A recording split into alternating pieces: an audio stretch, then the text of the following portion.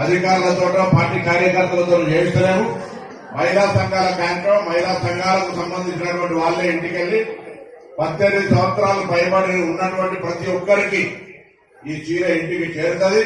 ఎవరైనా అంటే white ration కార్డుకు సంబంధించినటువంటి బీపీఎల్ కింద అందరికీ 100% ఇవ్వడం జరుగుతుందని మనం ఈ సందర్భంగా మనం చేస్తాం. ఇది మనం జనరల్ గా నేను ఇంతకుముందు గతంలో ఇచ్చిన దానికి సంబంధించిన అంశం మాట్లాడదలుచుకోలే. ఈ రోజు మీరు కూడా సిరిసిల్ల పోయి చూసిన ఎవరన్నా ఇక్కడ జిల్లా సమైక్య ఎవరన్నా సిరిసిల్ల చూసిన చాలా మంది అన్ని జిల్లాలకి సిరిసిల్ల పోయి వాళ్ళ తయారీ సంబంధించి డిజైనప్పుడు చూసినారు. అందరు ఆమోదంతో ఆ రకంగా ఒక చీరను తయారు చేసి ఇవ్వడం జరుగుతూ ఉంది. నేను హైదరాబాద్ లో ఇచ్చినాడు ఆ రోజు కార్యక్రమంలో ఉన్నాం.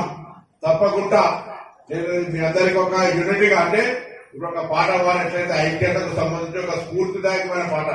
నేను ఎక్కడికి వెళ్ళినా పాట వినాలి, పాట పాడండి గట్టిగా నేను అడిగి నేను పాట వింటాను.